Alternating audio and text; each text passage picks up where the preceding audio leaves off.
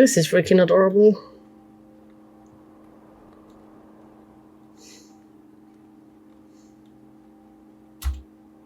Oh. So we have to time it against the wind, or what? Okay, almost. Strong wind.